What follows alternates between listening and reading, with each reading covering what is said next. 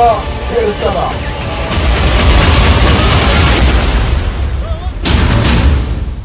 Double धमाका, double हमला, Hamas का खुफिया युद्ध।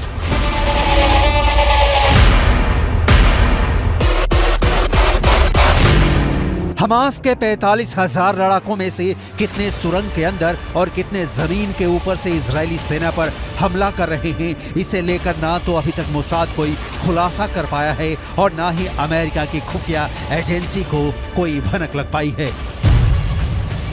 लेकिन मिडिल ईस्ट की मीडिया से जुड़े जानकारों के मुताबिक हमास इजरायली सेना पर वैसे भीषण हमले नहीं कर रहा है जैसे उसे करने चाहिए थे।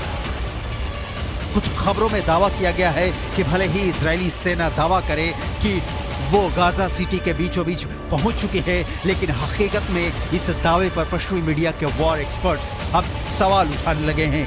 इजरायल के 34 से ज्यादा सैनिक जमीनी हमले के दौरान मारे जा चुके हैं। हम आपको पश्चिमी मीडिया के दावों के हवाले से बताने जा रहे हैं कि इजरायल सेना पर डबल धमाके के साथ डबल हमले की तैयारी हमास ने हिजबुल्लाह से मिलकर कर ली है।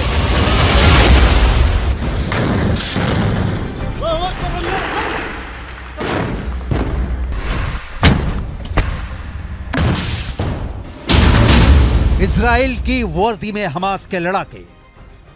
लगता है इस बार इजरायली सेना, इजरायली खुफिया एजेंसी मोसाद और बीना शेख हमास की ताकत और वॉर प्लान को समझने में बुरी तरह से फेल हुए हैं। 27 अक्टूबर से शुरू हुए दूसरे चरण के इजरायली हमले में दावा किया जा रहा था कि इजरायली सेना एक हफ्ते के अंदर उत्तरी गाजा से हमास के लड़ाकों का सफाया कर देगी, लेकिन अभी तक इजरायली सेना सिर्फ 400 के करीब सुरंगों को तबाह कर पाई है।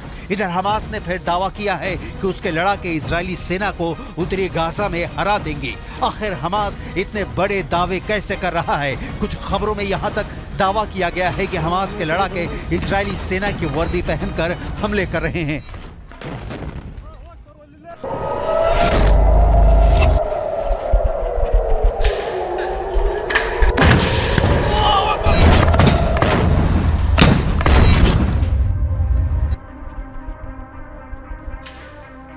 हमास सेना के शाखा अल कसम ब्रिगेड ने एक वीडियो जारी किया है जिसमें दिखाया गया है कि उत्तरी गाजा में इजरायली सेना उनके टैंक, उनके बख्तरबंद लड़ाकू वाहनों, यहां तक कि बुलडोजर पर भी हमास लड़ाके बेहद बेरहम और घातक हमले कर रहे हैं।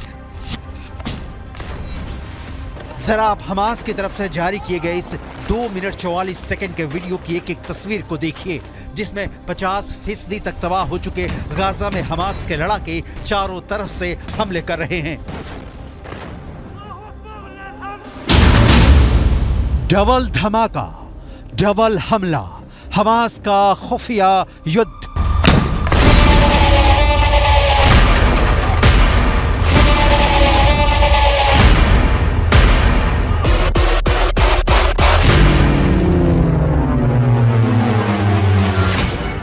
हमास की अल कसम ब्रिगेड के लड़ाके आरपीजी, थर्मोबैरिक ग्रेनेड, रॉकेट से इजरायली सेना पर बेहद पास से हमले कर रहे हैं। इजरायली टैंकों पर महज 100 से 150 मीटर दूरी से एंटी टैंक मिसाइलें और रॉकेट से हमले हो रहे हैं।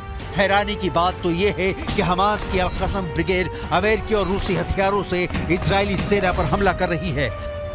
हमास के पास जो घातक राइफलें हैं उन्हें देखकर ही लग जाता है कि या तो अमेरिकी हैं या फिर रूसी। इस वीडियो में दिखाया गया है कि हमास के लड़ाके अचानक तबाह इमारतों से बाहर निकलकर आरपीजी फायर कर रहे हैं या फिर टैंकों पर सीधे रॉकेटों से हमले कर रहे हैं, जबकि जमीन पर इजरायली सेना का एक भी पैदल सैनिक नहीं दिख रहा है। इजरायली सेना पूरी तरह से या टैंक के अंदर है या फिर किसी बख्तरबंद वाहन के अंदर से हमास के लड़ाकों से जंग कर रही है। हमास के इस खुफिया युद्ध ने इजरायली सेना के पसीने छुटा दिए हैं। खुद इजरायल के रक्षा मंत्री तक मानने को मजबूर हैं कि उन्हें बेहद क्रूर और शातिर लड़ाकों से जंग करनी पड़ रही है। עזה היא בסיס הטרור הגדול ביותר שבנה האדם אי פעם. כל העיר הזו היא בסיס טרור אחד גדול. מתחת לקרקע קילומטרים של מנהרות. הן מתחברות אל בתי חולים, אל בתי ספר, הן מחוברות ביניהם. יש בתוכם חדרי קשר. מחסני תחמושת, מקומות לינה, והכל על מנת לשמש בסיס של טרור שממנו ניתן לפגוע. इजराइल के लिए विनाशक हिजबुल्लाह का हमला। लेकिन वहीं दूसरी तरफ हिजबुल्लाह के चीफ हसन नसरल्लाह ने दावा किया है कि इजरायली सेना के लिए गाजा युद्ध विनाशकारी साबित होने जा रहा है। हिजबुल्लाह के 60,000 से ज्यादा लड़ाके हमास के 40,000 लड़ाकों के साथ इजरायली सेना पर दूसरे राउंड का विनाशकारी हमला करने जा रहे हैं। पश्चिमी मीडिया ने भी माना है कि हिजबुल्लाह की रॉकेट और मिसाइल ताकत इजराइल के लिए विनाशकारी साबित होगी। हालांकि इजरायली सेना पूरे जोश के साथ दावा कर रही है कि उसने उत्तरी गाजा में 10 घंटे की भीषण जंग में पिछले 24 घंटे के अंदर हमास के बहुत बड़े गढ़ पर कब्जा कर लिया है। इजराइल की आईडीएफ ने दावा किया है कि महज 10 घंटे की लड़ाई के बाद हमास का प्रमुख गढ़ पर कब्जा कर लिया गया है। इजरायली सेना का कहना है कि 10 घंटे की भीषण जंग में हमास के दर्जनों लड़ाके मारे गए हैं। आईडीएफ की मुख्य पैदल सेना इकाइयों में से एक नाहल ब्रिगेड के सैनिकों ने उत्तरी गाजा के पश्चिम में जबालिया पर भीषण हमला किया है। जबालिया में आउटपोस्ट 17 पर आईडीएफ ने हमास लड़ाकों को मारकर कब्जा कर लिया है। आईडीएफ ने खुलासा किया है कि हमास के लड़ाके जमीन के ऊपर और भूमिगत मार्ग से हमले कर रहे हैं।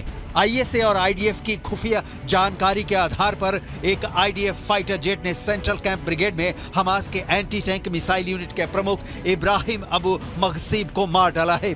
आईडीएफ के मुताबिक अबू मगसीब के मारे जाने से पहले इजरायली सेना और आईडीएफ सैनिकों पर कई एंटी टैंक मिसाइल से हमले करने जा रहा था। इससे पहले हमास के एंटी टैंक मिसाइल के कमांडर मोहम्मद असर को आईडीएफ ने मार डाला था।